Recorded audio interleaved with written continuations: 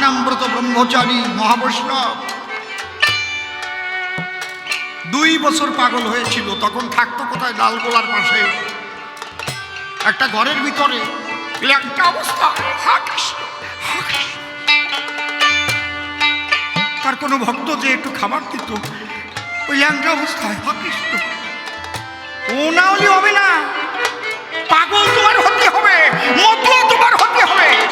রামকৃষ্ণ ঠাকুর কালী ভক্ত, এক অক্ষর লেখাপড়া জানতো না, মতুয়া হয়েছিল।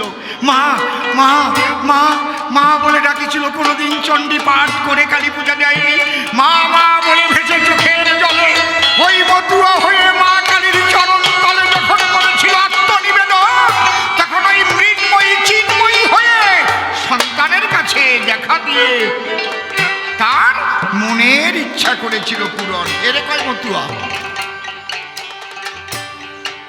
মতুয়া কি আলাদা ওই কয়জন নিয়ে মতুয়া নাকি? গালাগালি করেছিল বলে এখন মতুয়া হয়ে গেছি আমরা। বুঝতে পারছেন কি বলছি?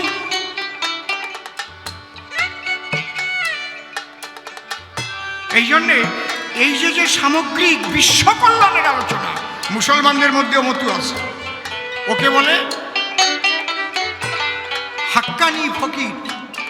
ওরা কোনো হজ করে না, নামাজ করে না, রোজা করে না, কিচ্ছু করে না, খালি বসে আল্লাহ হক আল্লাহ হক আল্লাহ হক আল্লাহ হক আল্লাহ জিকির দেয়।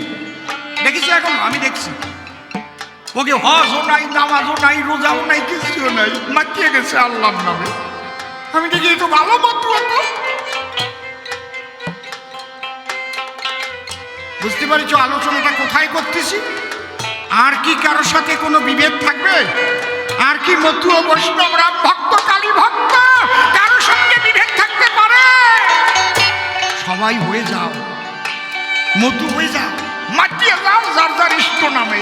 যে যাকে ভক্তি করে সে তার ঈশ্বর, ভক্তি যোগে সে তার স্বয়ং অবতার। আমার তারক গোসাই এখানেই শেষ করে দিয়ে গেছে, কোনো বিভেদ রাখে নাই। তুমি যে নদী দিয়ে নৌকা ভাসাবা, নদীর সাথে যদি সাগরের যোগ থাকে, ঠিক দেখবা তুমি একদিন ওই নৌকা নিয়ে সাগরের পক্ষে পৌঁছাই গেছে। বুঝতে পারছেন কি বলছি?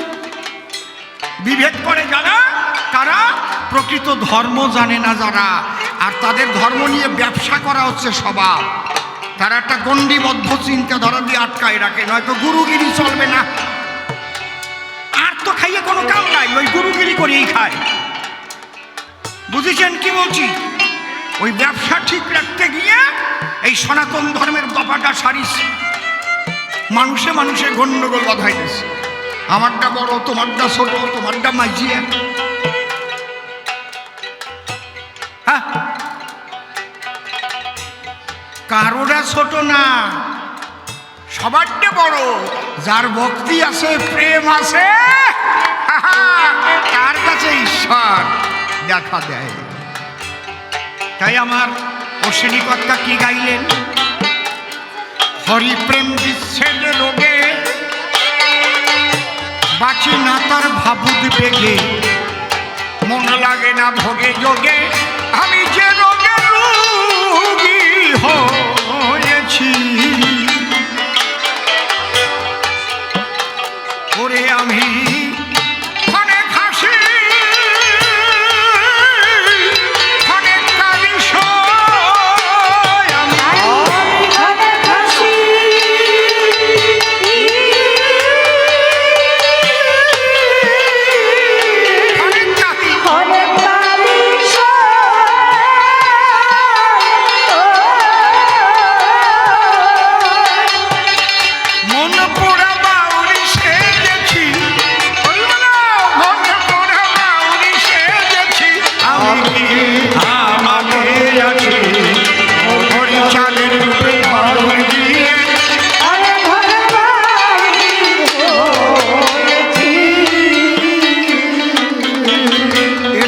ভালো করে আমি বুঝাতে পারবো না।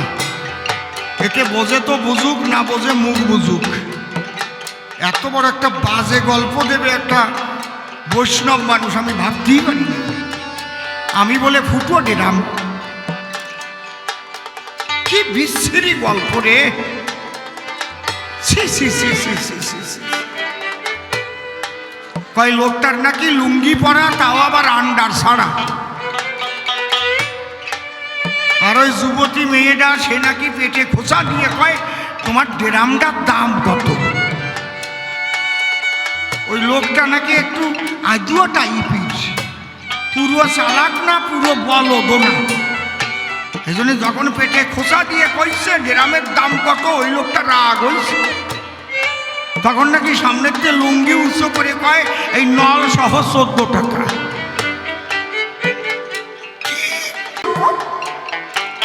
আর তার সাথে যে বুড়িমা ছিল সে নাকি দেখলো আমাদের এই যুবতীদের তো হারায় দিল, উনি নাকি ওর পাশার দিক যাইয়ে লুঙ্গি উঁচু করে ধরে কয় ও ফুটো রাম তাই কম দাম। তোমরা কাও একটা সাধু মানুষ এই গল্প করতে পারে?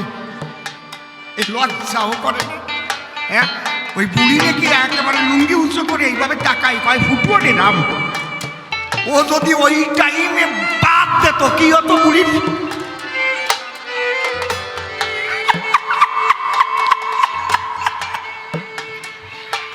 আমার না এইসব বাজে কথা ভালো লাগে না, আমার লজ্জা করে কেমন সত্যি ভাই। এই যে কি বিশ্বের কথা। ও বুড়িমা, তুমি কোন জায়গায় যাচ্ছ? তুমি কি আবার সেই ফুকনের নাম খুঁজতে যাচ্ছ নাকি? কি মাঝে মাঝে একটু রসের কথা কব নাকি? কব? ওরে বাবা রে বাবা, আপনারা মনে যেন ভাবেন না যে আমার রস শুকিয়ে গেছে। খেজুর গাছ বুড়ো হলে রস আরো মিটি হয় বেশি, আর মোটা মোটা ফোটা কাটে পাটালি হয় সেই রকম। হরিবল কায়দা আছে। ভাবিও না যে আমি রস না দিয়ে চলে যাওয়া নেই, তবে আসল কথাগুলো বলতে হবে, তার মধ্যে আবার রস ঢালতে হবে। কি নয়তো বিশুদ্ধ শ্রোতারা ভাববে এ শুধু বাজে কথা কইয়ে গান গেয়ে বেড়ায়। ঠিক কিনা? একদম পরিষ্কার করে বুঝাই দেব। এই মো তুয়া আরো মানে আছে। মো মানে আমি, মা মানে আমি, তুয়া মানে তোমার। ব্রজ বলল মো মানে আমি, তুয়া মানে তোমার। হে প্রভু, আমি তোমার, আমি তোমার। শ্রীমতী রাধারানী বলেছিল আমি তোমার। ব্রজর সখীরা বলেছিল হে কৃষ্ণ আমি তোমার। এই ভাব হবে। তুমি যারে ভজন করো ভাববা আমি তোমার প্রভু, দেখা দাও দেখা দাও। একদম আপন করে নিতে হবে মনের থেকে। তুমি যদি সত্যি ভালোবাসো, আর তোমার পূজা পার্বণে বেদ বিধি লাগবে না। ভালোবাসার মানুষের সাথে কোনো বিধি থাকে? আমি ভালোবাসি তাকে, আমি তারে কয়টার সময় জড়ায় ধরবো, কয়টার সময় চুম্বন করবো, এটা কেউ লিখিয়ে বলতে পারে? বিধি লাগে কার? বাহ্যিক পূজা পার্বণ আছে যার, সে বিধি মার্গে থাকে। আর যদি কেউ ভালোবাসে তার ইষ্টকে, জল ভরা চোখে প্রেম ফুল দিয়ে তাকে যখন পূজা দেয়, বিধি মার্গ থাকে না তার, বিধি মার্গ হইয়া চলে।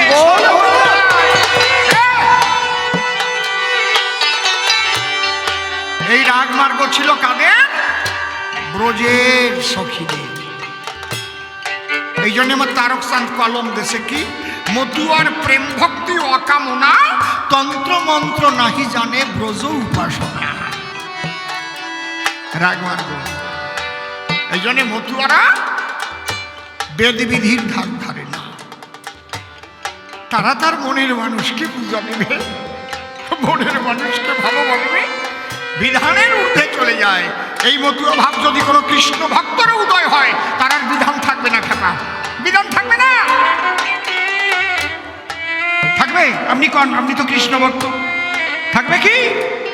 আর সে যদি মা দেহ ত্যাগ করে তাহলে ব্রাহ্মণ দিয়ে তার শ্রাদ্ধ হবে? কথা কন, কোন বৈষ্ণবের শ্রাদ্ধ ব্রাহ্মণ করে? অধিকার আছে? মহানাম্রতজির শ্রাদ্ধ কি ব্রাহ্মণ করেছে? নবদ্বীপের অটল দাস বাবাজির তার শ্রাদ্ধ কি ব্রাহ্মণ দ্বারা হয়েছে? রাধারানী যে বৈষ্ণবী ছিল তার শ্রাদ্ধ কি হয়েছে ব্রাহ্মণ দিয়ে? হবে না। কারণ যারা ব্রজপ্রেমের প্রেমিক হয়ে বৈষ্ণব হয়ে যায় সেখানে ব্রাহ্মণ দিয়ে তন্ত্রমন্ত্র পড়ে শ্রাদ্ধ দিয়ে থাকে না সেটাই। এই জন্যে মতুয়াদের ব্রাহ্মণ নাই। বোঝা যাচ্ছে? কিন্তু নিচে থাকলে আছে। তোমার মন যদি নিচে দিয়ে ঘোরে তাহলে তুমি আবার যদি ব্রাহ্মণ দিয়ে নিয়ে মন্ত্র পড়ে শ্রাদ্ধটা করো, কবে না ওই যে ব্রাহ্মণ আনছিল না ওই জন্যই ওর ওই কপালে ওই হইছে। কিন্তু তোমার কপালে সমস্ত হওয়া ওই সব ভাবনাই তোমার থাকবে না। চোখের সামনে ছেলেও মরে যেতে পারে, কিন্তু তাতে তোমার কোনোরকম দুঃখ পেলে হবে না। ঠাকুর তোমার ইচ্ছা পূর্ণ হয়েছে প্রভু, আমার ইচ্ছা না তোমার ইচ্ছা, এই জায়গায় দাঁড়ালি হবে। শিবাসের ছেলে মরে গেছে ঘরে, পঞ্চতত্ত্ব শিবাসাঙ্গিনায় নাম কীর্তন করে। বউরা কানের দ্বারে গিয়ে বলল, তুমি তো এই জায়গায় হরি নাম গাচ্ছ, ছেলেটা মরে গেছে। মুখ আটকায় ধরেছে। শিবাস চৈতন্য চরিতামৃত আনেন, কি লেখা আছে দুটো লাইনে। যেদিন ওই 2 লাইন পড়লাম না আমি একদিন বোবা হয়ে গেছি। কি কথা হে? শিবাস তখন তার বউকে বলছে, পুত্র বলে কাঁদিলে প্রিয়ে পুত্র হারাইবে, কৃষ্ণ বলে কাঁদিলে আবার পুত্র ফিরে পাবে। যদি কাঁদতে হয় পুত্র বলে কেঁদো না, কৃষ্ণ বলে কাঁদো। কি কথা এ? পারবা? তাহলে তোমার অঙ্গনেও গৌরাঙ্গ মহাপ্রভু নাম কীর্তন করবে। ওই অঙ্গন না, শ্রীবাস মানে সুন্দর বাস। এই হৃদয় অঙ্গনে মহাপ্রভু পঞ্চতত্ত্ব নিয়ে নাম করবে। হরি বলো। কি গোসাইটা? কৃষ্ণ ভক্তরাও পাবে, হরি ভক্তরাও পাবে, সবাই পাবে। আমার আলোচনার মধ্যে দিয়ে সবাই পাবে, তবেই তো জগতের কল্যাণ হবে। এইবার যখন পাগল হয়ে তার দেখা পেল তখন কি হলো? এইটাকে নরসিনী গোসাই লিখে গেছে, আমি যা বলছি তাই। লেগে সেই রূপের ছটা খসে পড়ল পঞ্চকাটা, জাত কুলের পর দিয়ে বাটা, তরঙ্গে সাঁতার খেলতেছি।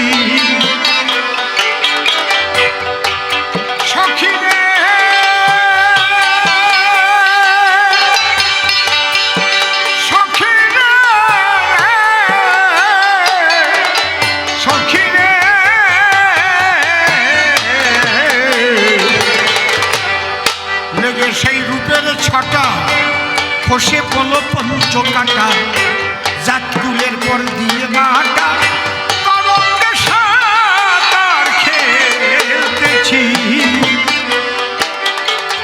এবার তাকে যখন পেয়ে গেল তখন কি আর কোনো নদী টদী থাকে না তো? আমি যেদিকে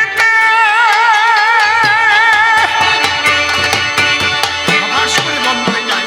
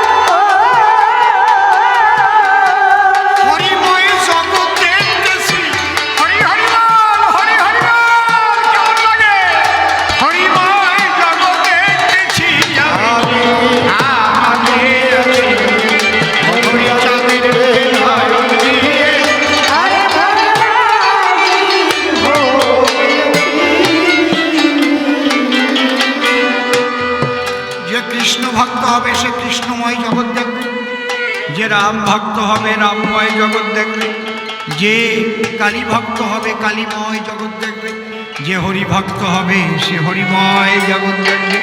শক্তি আর শক্তি আর বুঝেছ প্রেমানন্দ? পাগল কারে কয়? তাহলে দুইবার পাগল হয়, পাবার জন্য একবার পাগল হয় আর পেয়ে গিয়ে একবার পাগল হয়। তখন সেই শক্তির সঙ্গে যুক্ত হয় এই পাগলরা, তখন কি হয়? কমে গেছে। এই পাগলদের দ্বারা অসাধ্য সাধন হয়, যেটা বিজ্ঞানেও পারে না। মরা মানুষ বাঁচায় দেয়, বন্ধা নারীর সন্তান বাক্য ব্রহ্মের দ্বারা হয়ে যায়, সব পারে, কিন্তু চুপ থাকে। বুঝতে পারছেন কি বলছি? কোথাও কোথাও সেই যেখানে ভক্তি আছে সেখানে শক্তির বিকাশ দেখে। তাই আমার অশ্বিনীকর্তা গান গাইলেন, তারক সান্তাই ডেকে বলে স্বামী মহানন্দের সঙ্গ নিয়ে তার এই দশা হয় কপালে, আমি সচক্ষে দেখেছি। এবার অশ্বিনী ওই রোগে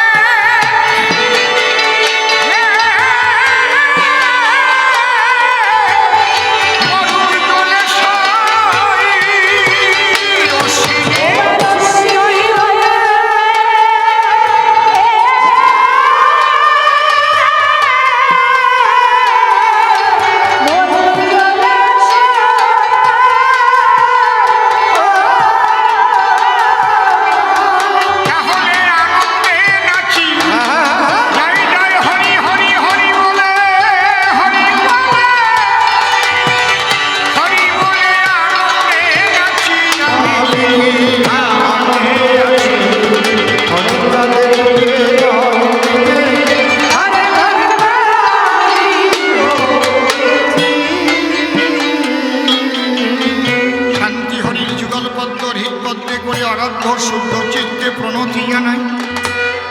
সাধুগুরু বৈষ্ণব হেরিয়ার যত পুরুষ নারী আমার ভক্তিপূর্ণ প্রণাম গ্রহণ করিলেন সবাই।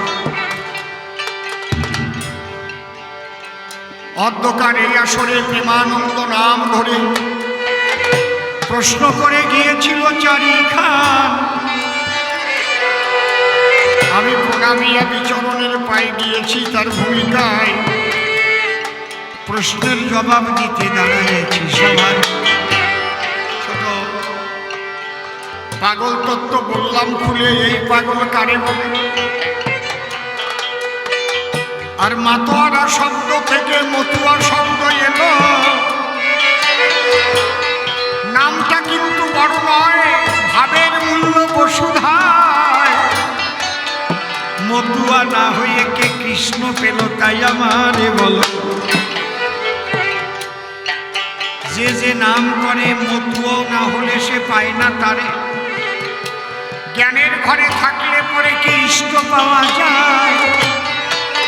তাই হরি ভক্ত যারা মতুয়া হয়ে বাতাম দিয়ে তারা জ্ঞানাতীত হয়ে ভাব সমাধিতে পৌঁছায়।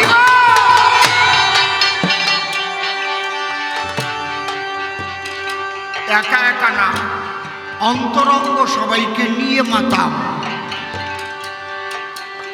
নিজের উন্নতির জন্য শুধু না, আত্মস্বার্থের জন্য না। যে কোনোদিন হরিনামে আসে নাই তারেও টেনে আনতে হবে, তারেও টেনে আনো। বাতাম দে করে ধুলায় গড়া সাধুর বাতাম গায়ে লাগাই, চরণ ধুলো মেখে দাও।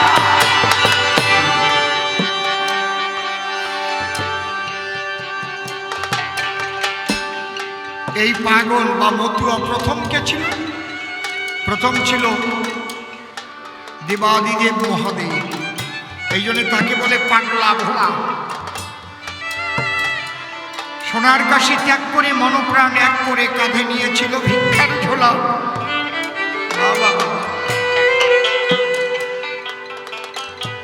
দ্বিতীয় মতুয়া কে ছিল? রাম ভক্ত হনুমান। রাম নাম ছাড়া আর কিছু বুঝতো না। রাম পদে মনপ্রাণ সঁপে দিল। এ হনুমান আজকে কি বার? রামবার। কোন তিথি? রাম তিথি। কোন নক্ষত্র? রাম নক্ষত্র। যাচ্ছিস কোথায়? রামের দেশে। খেলি কেমন? রাম খাওয়া। দেশের হাওয়া কেমন? রাম হাওয়া। রাম নামের গান গাওয়া। হরি বল। আর হনুমান বলতো জয় শ্রীরাম। রাম দেখেছেন? তারপরে মতুয়া কে ছিল? শ্রীমতী রাধারানী। কৃষ্ণ নামে মাতোয়ারা হল, পাগলিনী হল। তারপরে কে ছিল? আমার নিতাই গৌর, আমার নিত্যানন্দ মহাপ্রভু। অবধূত তিনি। বেদ বেদির ধার বিধির ধার ধারে নাই। চৈতন্য মহাপ্রভু পর্যন্ত ভয় পেত নিত্যানন্দকে। একজন অদ্বৈতের ঘরে খেতে বসতে 3 গোসাই। নিত্যানন্দ মহাপ্রভু, আমার গৌরাঙ্গ মহাপ্রভু, অদ্বৈত মহাপ্রভু। তো অদ্বৈতের মধ্যে একটু ব্রাহ্মণ ব্রাহ্মণ ভাব ছিল। তো যখন খাওয়া দাওয়ার মাঝখানে গেছে, ওই এটো ভাত নিতাই মাখাইয়ে খাইয়ে সারা ঘর ভরে ছিটাই গেছে। আর ওই মহাপ্রভু, অদ্বৈত মহাপ্রভুর থালায় এটো ভাত চলে গেছে। আর যে আসন ছিল ঠাকুরের আসন, তাতেও গেছে। অদ্বৈত মহাপ্রভু চটে উঠেছে, নিতাই তুমি কি করলে? জাত মেরে দিলে, এটো ভাত সারা ঘর ছড়িয়ে দিলে, ঠাকুরের আসনে দিলে। নিতাই কয়, তোমার জাত মারার জন্য আজকে আমি আইছি। তোমার মধ্যে একটু জাত জাত ভাব ছিল, আজকে সেইটা মারিয়ে দিলাম। চৈতন্য চরিতামৃত পড়ে দেখো। আমি বানায় বানায় একটা কথাও কই। এই জায়গায় কয়জন বৈষ্ণবরা যেতে পারে? কয়জন মতুয়ারাই বা সেই জায়গায় যেতে পারে? কিন্তু পারে না বলে অবহেলা করা যাবে না। পারে, আনো কাছে আনো। কারণ মহাপ্রভু দেখিয়ে গেছে কি? ভক্ত হরিদাস আর একজন ছিল পিপুলিয়া হরিদাস। মানে তার কান্না আসতো না, সে পিপুলির বুড়ি বানাইয়ে তাই পকেটে নিয়ে গেত। যখন সবাই কাঁদত, ওখান থেকে একটু চোখে লাগাই দিয়ে ও কাঁদত। ঝাল না পিপুল। ওই কান্তি কান্তি কান্তি কান্তি মহাপ্রভু দেখলো এর তো মনের ইচ্ছা, কিন্তু এর তো কান্না আসে না। যখন ওরে কৃপা করি, ওই মহাপ্রভু যখন কৃপা করলো আর পিপুলির বুড়ি লাগলো না, তখন হরি বলে কান্না আরম্ভ করে। তোমরাও সবাইকে নিবা। কেনে নিবা? আরে মাতাল নিয়ে যাও, হরি নামে মাতাল নিয়ে যাও। ওই যুবতী মেয়েটা, ওই যুবক ছেলেটা, ওই বৈষ্ণব বাবাজি আস্তে আস্তে আস্তে আস্তে রস পাবে। বাহ, এ তো ভালো জিনিস, তাই তো? মন মাতঙ্গ আমার মাতোয়ারা হয়ে যায়। আমার মহাপ্রভু তো বলে গেছেন, হরের নাম হরের নাম হরের নামই পক্ষে বলম কলৌ নাস্তে বনাস্তে বনাস্তে বগতি নন্দ। তাহলে আমরা পাগল তত্ত্ব বুঝলাম, মূলত মতুয়ার ভাব বুঝলাম। এইবার বলছে তারক গোসাই এমন কি ছিল? একটা মাছ বিক্রি করা মানুষ, তার কথা মেনে নিতে হবে বলো। এবার তারক গোসাইয়ের কথায় আমি করিব বর্ণন। আমি জ্যান্ত কথা শুনাইব, শোনেন ভক্তগণ। ঠিক করে না? আমাদের এশিয়া মহাদেশের মধ্যে যে আমার কথা আপনারা পরিষ্কার বুঝতে পারছেন তো? জড়িয়ে যাচ্ছে না তো? মাইকের জন্য অসুবিধা হচ্ছে না তো? শোনে নেব, এশিয়া মহাদেশের মধ্যে সর্বপ্রথম ফোকলোর ডিপার্টমেন্ট মানে লোক সংস্কৃতি বিভাগ, এইটা খুলেছিলেন কল্যাণী ইউনিভার্সিটিতে। যিনি, তার নাম হচ্ছে প্রয়াত ডক্টর তুষার চট্টোপাধ্যায় মহাশয়। সারা এশিয়া মহাদেশের মধ্যে প্রথম এই ফোকলোর ডিপার্টমেন্ট তিনি চালু করেন। এই তুষার চট্টোপাধ্যায়ের নাম, বাবার নাম নয়নাঞ্জন চট্টোপাধ্যায়। নয়নাঞ্জন চট্টোপাধ্যায়ের বাবার নাম দুর্গাচরণ চট্টোপাধ্যায়। ওই যে বাড়িতে পুকুর কাটতে ব্যাঙ উঠেছিল না, সেটুও লাগানো ওই বাড়ি। আরে তারক ঘোষের বাড়ি কাছে বাড়ি। অনেকে জানে না, আজকে শুনে যাও। আমি অসীম সরকার তুষারবাবুর সঙ্গ করেছি একাধিকবার। যখন শ্রদ্ধেয় বিরাটদা প্রথম ডক্টরেট করবার জন্য এই মতুয়াদের নিয়ে তুষারবাবুর আশ্রিত হয়ে ঘুরেছিল, তখন আমি তাকে সাথ দিয়েছি। তুষারবাবু এত মতুয়া ছিলেন, ওনার চোখের জল মার্বেলের মতো গোল হয়ে হয়ে ছিটে পড়ত হরিনামে। বুঝতে পারছেন? জীবনে পৈতা নেই। আমি জিজ্ঞেস করেছি, পৈতা নেননি কেন? মতো হতে গেলে পৈতা নিলে হয় না বাবা। পৈতা নিলে যে আমার ব্রাহ্মণের অহংকার বাড়বে, তাকে আমি পৈতা নেইনি। আমি সবার সঙ্গে মিশে যাই হরিনাম করে।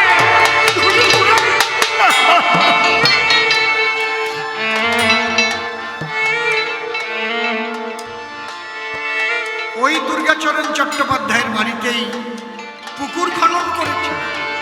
ওখানেই ব্যাগ উঠেছিল, ওই গায়ে চেটো লাগানো, বড় এক ব্যাগ চেটো লাগানো গায়ে। সবাই অবাক হয়ে যায়। বিভিন্ন জায়গা থেকে পণ্ডিত আনল। এর কারণ কি কেউ বলতে পারে। তখন একজন বলল, আমাদের বাড়ির কাছেই তো তারক গোসাই কবি গান টান গায়, বহু শাস্ত্র গ্রন্থ জানা আছে, ওনাকে একটু ডেকে আনলে হয় না? দুর্গাচরণ চট্টোপাধ্যায় কয়, কত হাতি ঘোড়া গেল রসাতল, আর কানা ঘোড়া এসে কবে আমার হাঁটু চল। বড় বড় পণ্ডিত নিয়ে আসলাম, তারা পারল না, আর ওই কারা কবি গান গায়ও পারবে? একজন কয়, না বাবু, উনি খালি কবি না, উনি যে কি তা আমিও বলতে পারব। কয়টা নিয়ে আসো, ডেকে নিয়ে আসো। ডেকে নিয়ে আসো। তারক গোসাই বলল, আমি বললে বিশ্বাস করবে না? বলো দেখি কি ব্যাপার। বলে, এই ব্যায়ামটা হচ্ছে আগের জন্মে ছিল একটা কামুক গুরু, লোভী গুরু। এর শিষ্যদের শোষণ করে খেয়েছে, শিষ্য পত্নীর সঙ্গে রমণ করেছে। সেই অপরাধের ফলে এবার ব্যাং কুলে জন্ম নিয়েছে।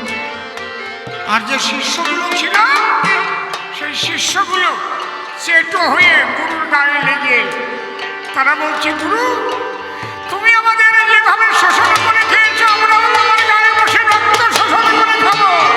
সারা না ওই চৈতে গুরুর মধ্যে শিষ্য। দুর্গাচরণ চট্টোপাধ্যায় বলল, তোমার কথা বিশ্বাস করতে হবে। তার কারণ কি?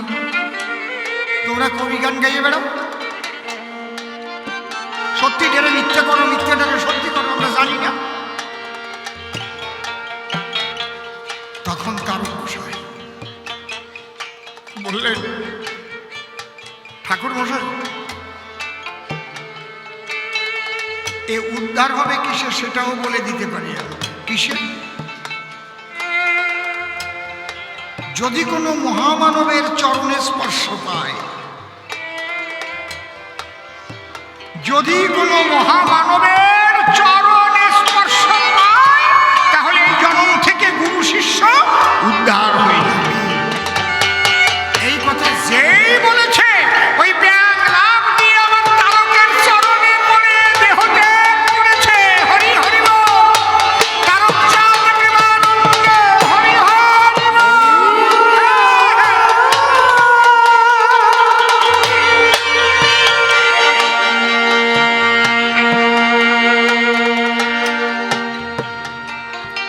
তখন দুর্গাচরণ চট্টোপাধ্যায় কেঁপে উঠেছে। এ কোন মানুষ।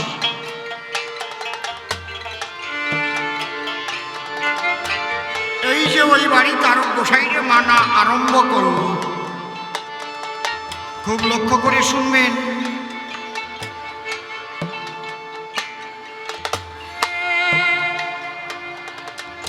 একবার ওই বাড়িতেই 7 দিন পর্যন্ত ভাগবত পাঠের আয়োজন, সপ্ত দিবস, সপ্তরাত্রি, রাত দিন। আজকে মেলা হচ্ছে তো ওদিকে একটা গন্ডগোলের আশ আছে, থাকুক, এর মধ্যে দিয়ে আপনারা বুঝতে পারছেন তো আমার কথা। বাড়ি গিয়ে যদি ভাবতে পারেন এমন একটা কথা যদি আমি না বলতে পারি, আমার কবি গান গাওয়া বৃথা। ছোট 7 দিন ভাগবত পাঠ, তারক গোসাই দিয়ে বসল সেই ভাগবত পাঠ শুনতে। পাঠকরা যখন এক একজন পাঠ করে আর তারক গোসাই শ্লোকগুলো যখন পড়ে খুব আনন্দ ভরে, গায়ে শিহরণ দেয়। আর যখন ওর ব্যাখ্যাগুলো করে, যে জায়গায় ভুল পড়ে অমনি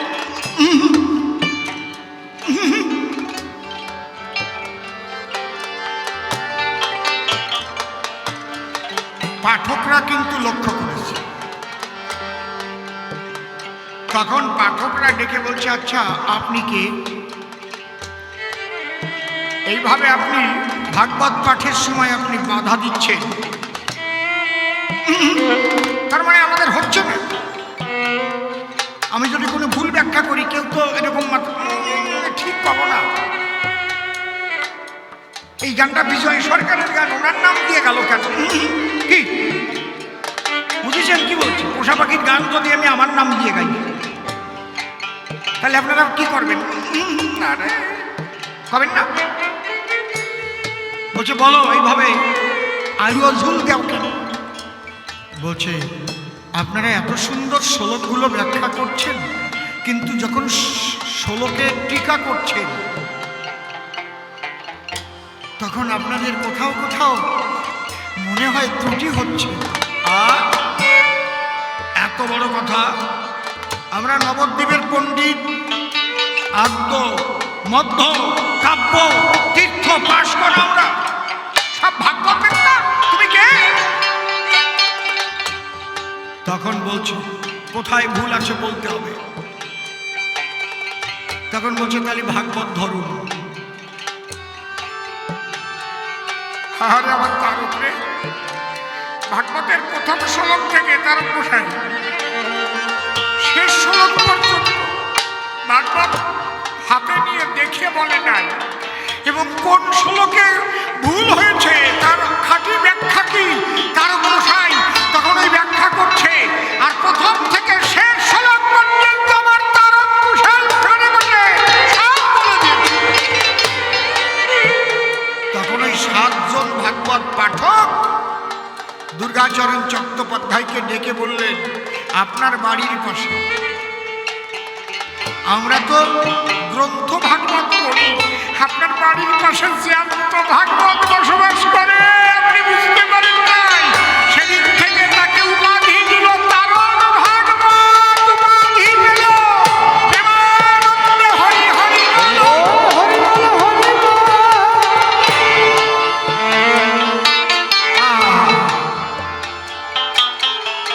শোনো মানুষটা কেমন, যে সে লিখি আমরা বিশ্বাস করতাম না। তোমরা যে গোসাইরা মানুষের মন ঘুরোতে পারো না। বহু গোসাই আছে, বহু শিষ্য আকাশ করে বেড়ায়, আর তারক গোসাই গরুর মন ঘুরোই দেয়। গাইতে যে বাচ্চা দিত, যেটা আড়িয়ে বাচ্চা হতো, ওই এড়িয়ে বাচ্চাকে কিন্তু আর বলদ করতো না। এরকম 6টা এড়ে গড়েছিল। তারক গোসাই যখন গান গাইতে যেত, বাড়ি আসলে নালিশ করত, ও গোসাই তুমি এড়ে গরু রেখে ঘরে এইভাবে ছেড়ে দেবে আর পরের জমির ফসল দিয়ে তোমার গরু খাবে। পরের বকনা দেখলে পরে গো তার পিছনে ছুটে চলে যায়। তোমার এলের চালায় পাড়া ভরে পড়ছি আমরা সমস্যায়। তখন তার গোসাই গোলগাড়ি গিয়ে 6টা এড়ে গরুর গায়ে হাত দিয়ে বলছে, তোদের জন্য বদনাম হচ্ছে, আর তোরা অন্য কোনো বদনা বা গাভীর কাছে যাবি না, পরের জমির ফসল আর খাবি না। এড়ে গরু চোখের জল ছেড়ে দিয়েছে আমার তারকে কথায়।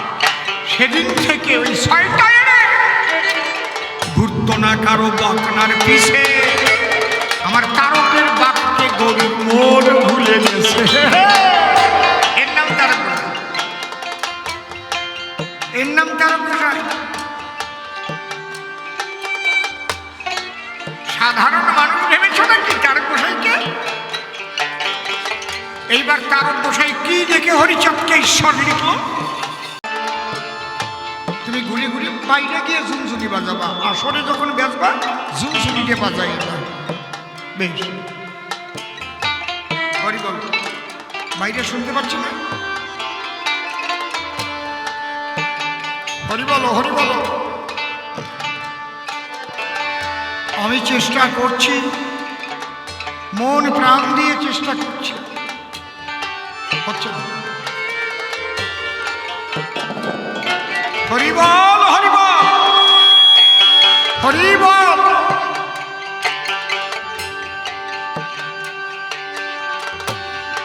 হরি বল, হরি বল, হরি বল।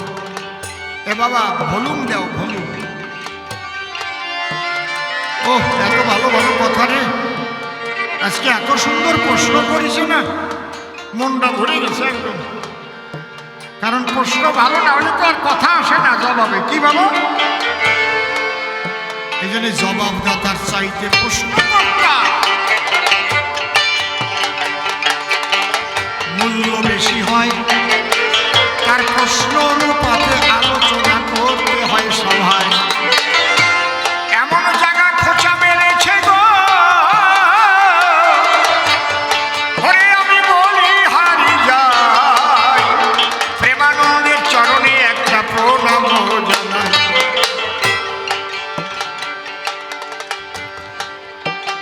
মা, আমি কোনো রকম কোনো বাজে কথা বলে কিন্তু আপনাদের সময় নষ্ট করছি না। এর মধ্যে দুটো গল্প বললে আর আধা ঘন্টা কেটে যেত। আমি পরিশুদ্ধ হরিকথা, কৃষ্ণ কথা বলবার জন্যই এসেছি। তার মধ্যে দিয়ে একটু চুটকি চাটকা করবো পরে। তাহলে তারক গোসাই কেন হরিচাঁদকে পূর্ণ ব্রহ্ম পূর্ণানন্দ কয়? ভগবানকে ঈশ্বর বলে দিয়েছে পরিচয়। এই তারক গোসাই ছিলেন একজন মহাবৈষ্ণব। প্রথম জীবনে দাদার সঙ্গে তিলক করতেন। বলুন বাড়ালে কি কোন বাড়ি? আমি তো এই জীবনে শুনি নেই কোনদিন। মাইকের ভলিউম কোনটা, টোন কোনটা, ভলিউম কোনটা, এইটার আপনাদের ভলিউম কোনটা, ভলিউমের সুইচ কোনটা, ভলিউমের সুইচ কোনটা, এটার ওইটা ভলিউমের সুইচ। একটু বাড়ান তো দিই ভলিউমের সুইচ। হ্যালো হ্যালো, বাহ, হ্যালো, হ্যাঁ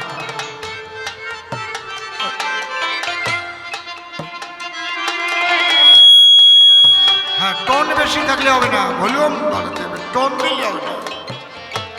হরি বল, হরি বল, হরি বল, হরি বল। কি করব, কিচ্ছু না। হরি বল, হরি বল, হরি বল। তারক গোসাই কবি গান গাইতে গেছেন চাল নাতে, এখনো হয় সেখানে, আমি গিয়ে আসছিলাম।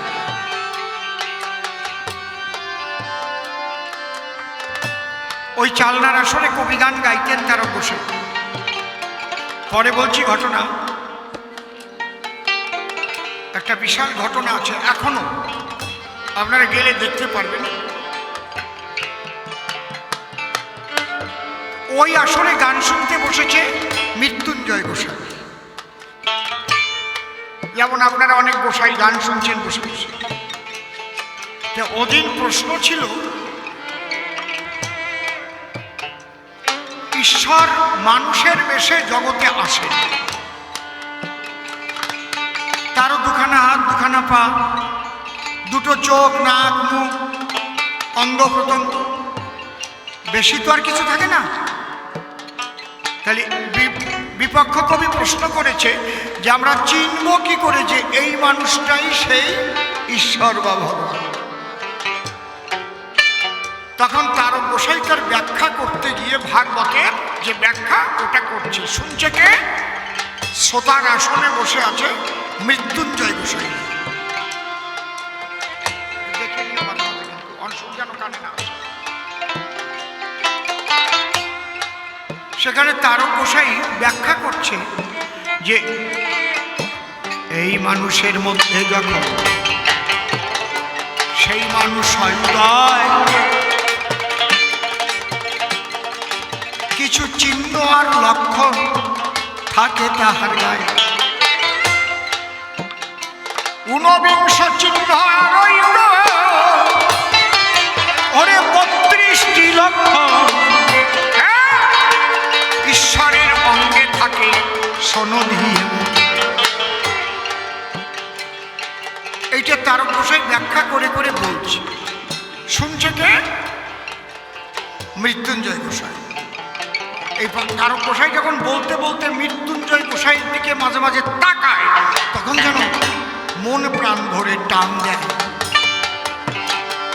কিছু মনে থাকে না। তারক গোসাই মনে মনে করিছে ভাবনা, ওই গোসাই কেমন মানুষ গো,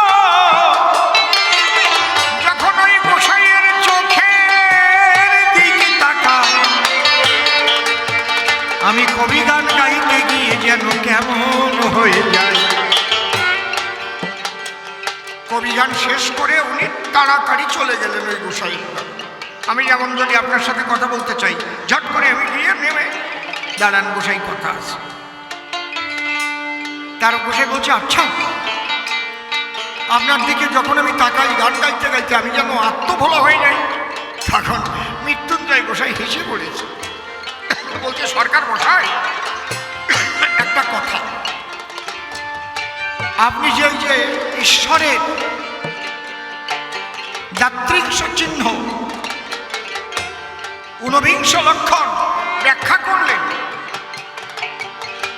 তাহলে আপনি কি দেখেছেন না শুনে বলেছেন? কয় না, আমি ভাগবতে পড়ে বলেছি। ও, আপনি দেখেন নাই? তাহলে মানে না, তো দেখবো কোথায়, পাবো কোথায়? আমার গৌর হরি এসেছিলেন, তিনি তো লীলা করে চলে গেলেন।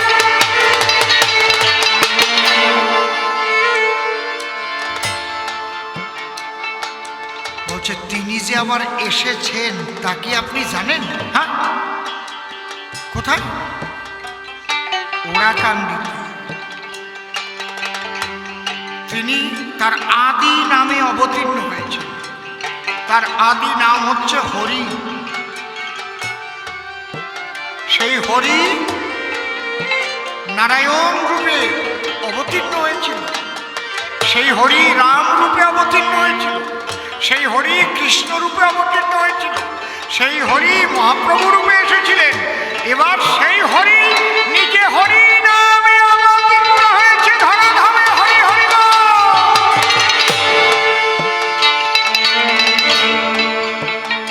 তারক গোসাই বললেন, আপনি যাকে বলছেন তার গায়ে এইসব চিহ্ন আছে? বলে, না থাকলে তাহলে আপনি বিশ্বাস করবেন কেন? আপনি তো কবি মানুষ, কবিরা তো অত সহজে কিছু বিশ্বাস করে না, ভালো করে দেখে শুনে নেয় নাকি? বলে, তাহলে আমাকে নিয়ে চলুন। ওই তারক গোসাইকে ধরে নিয়ে গেলেন কে? মৃত্যুঞ্জয় গোসাই তারককে নিয়ে গেল। আমার হরিচাঁদ ঠাকুর বসা বটেছে। যখনই মৃত্যুঞ্জয় তারককে নিয়ে গো হরিচাঁদের কাছে যায়, হরিচাঁদ বলে এই তোতা পাখি পেলি কোন জায়গায়? আমি তুলে এই তোতা পাখি ভালো হরি কথা কবে না, কোথার থেকে ঘুরে আনে?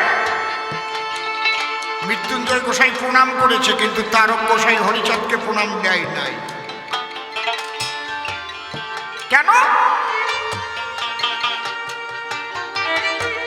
যদি তুমি সেই গৌর হরি হও, যদি তুমি সেই ব্রজের কৃষ্ণ হও, তাহলে তোমার মধ্যে যে চিহ্ন আমি ভাগবতে পড়েছি তুমি দেখা। মনে মনে ভাবছি, আকুলতা বেকুলতা নিয়ে দুই চোখের জল দিয়ে ভাবছি, তাহলে দেখা। হরিচাঁদ ঠাকুর ধীরে ধীরে তরবর করিস না। হরিচাঁদ ঠাকুর আমার মনের ভাব বুঝিতে পেল, আলস্য ত্যাগ করা ভান তখন কইল। যেমন আমরা বলি না আলিশটি ছাড়িয়েছে, এই আলস্য ত্যাগ যখনই করেছে, হাত পা ছড়িয়ে দিয়েছে, তারক গোসাই চেয়ে দেখে কি ঊর্ধ্বভাবে সুশোভিত রেখা হাতে পায়, ধ্বজ বজ্জাং কুশচিহ্ন হিপনতায় শঙ্খ চক্র মিনজম্ভু নামে যেই ফল কল্পতরু শ্রীপতাকা জাহ্নবী বিকল গজস্কন্ধ কপনাদ করপদতল নখচন্দ্র নখমুদ্র অতি সুনির্মল সুধাকর চন্দ্র সুধাকর যোগ এই রবিংশ চিহ্ন কহিলাম সব তক চিৎকন্নভ চিৎকন্নাভি সুগভীর আজানুলম্বিত বাহু কমল শরীর। চিহ্ন আর লক্ষণগুলো দেখে যখন গায়, তারক গোসাই ধরে পড়ে হরিচাঁদের পায়।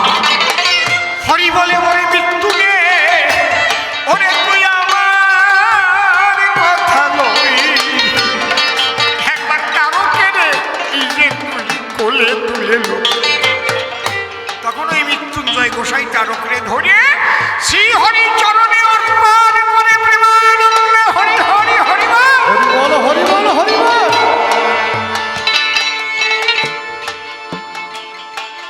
কৃষ্ণদাস কবিরাজ চৈতন্য লীলা লিখেছেন। চৈতন্য মহাপ্রভু উঠে যাওয়ার 65 বছর পরে উনি কিন্তু লীলায় ছিলেন না, গৌর লীলায় উনি ছিলেন না। আমরা কিন্তু বিশ্বাস করি না। বাল্মীকি রামায়ণ লিখেছেন, রাম জন্ম নেওয়ার 60,000 বছর আগে, আমরা কিন্তু বিশ্বাস করি। কিন্তু আমার তারক গোসাই দেখেছে, লিখেছে শ্রীহরির মধ্যে সেই চিহ্ন সেই লক্ষণ দর্শন করেছে। তাই হরিচাঁদকে অবতার স্বয়ং অবতার রূপে তিনি লিখেছে। বলছে হরির কি শক্তি আছে? কৃষ্ণ বলো রাম বলো বলো গোরা রায়, আমার হরিচাঁদ নিজ অঙ্গে সবাইকে দেখায়। কৃষ্ণমূর্তি দেখিয়েছিল গো কালাবৃধা বাড়ি কমল দান বৈরাগীরে, সে হরিচাঁদের মধ্যে কৃষ্ণ দর্শন করে। রাম মূর্তি দেখিয়েছিল, কে দেখেছিল? ভক্ত হীনমোহন। একবার প্রেমানন্দে হরি হরি বলো হরি বল হরি বল হরি বল। শ্রী গৌরাঙ্গের মূর্তি দেখেছিল কে? দিগ্বিজয় পণ্ডিত নবদ্বীপ থেকে এলো, সে এসে গৌর মূর্তি হরি অঙ্গেতে দেখে। জগন্নাথের মূর্তি দেখে, বলি সবার সাক্ষাৎ। পুরী থেকে এসেছিল শিবনাথ ভবনাথ, ওরা 12টা ক্ষীরের ভোগ দিয়েছিল।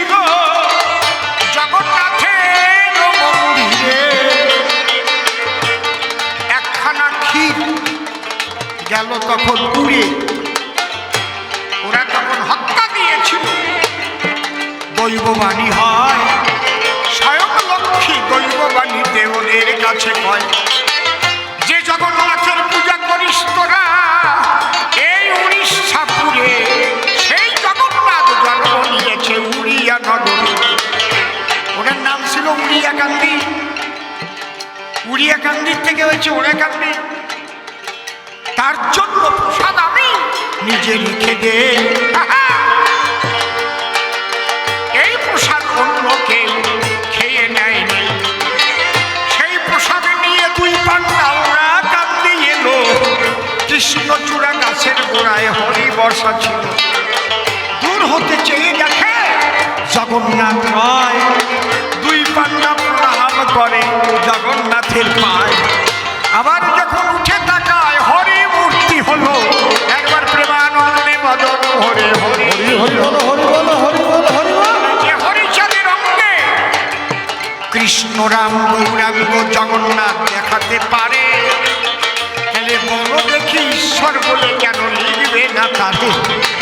যে কয়খানা প্রশ্ন তুমি প্রথম করিয়ে দাও, এক এক করে ধরে ধরে দিয়েছি সমাধান। আসতে গতকাল বৃষ্টি বদলা হয়, প্রাকৃতিক দুর্যোগে বিরাট ক্ষতি হয়ে গেছে। কমিটি আমাকে বারবার বলছে, অসীমবাবু আপনি যদি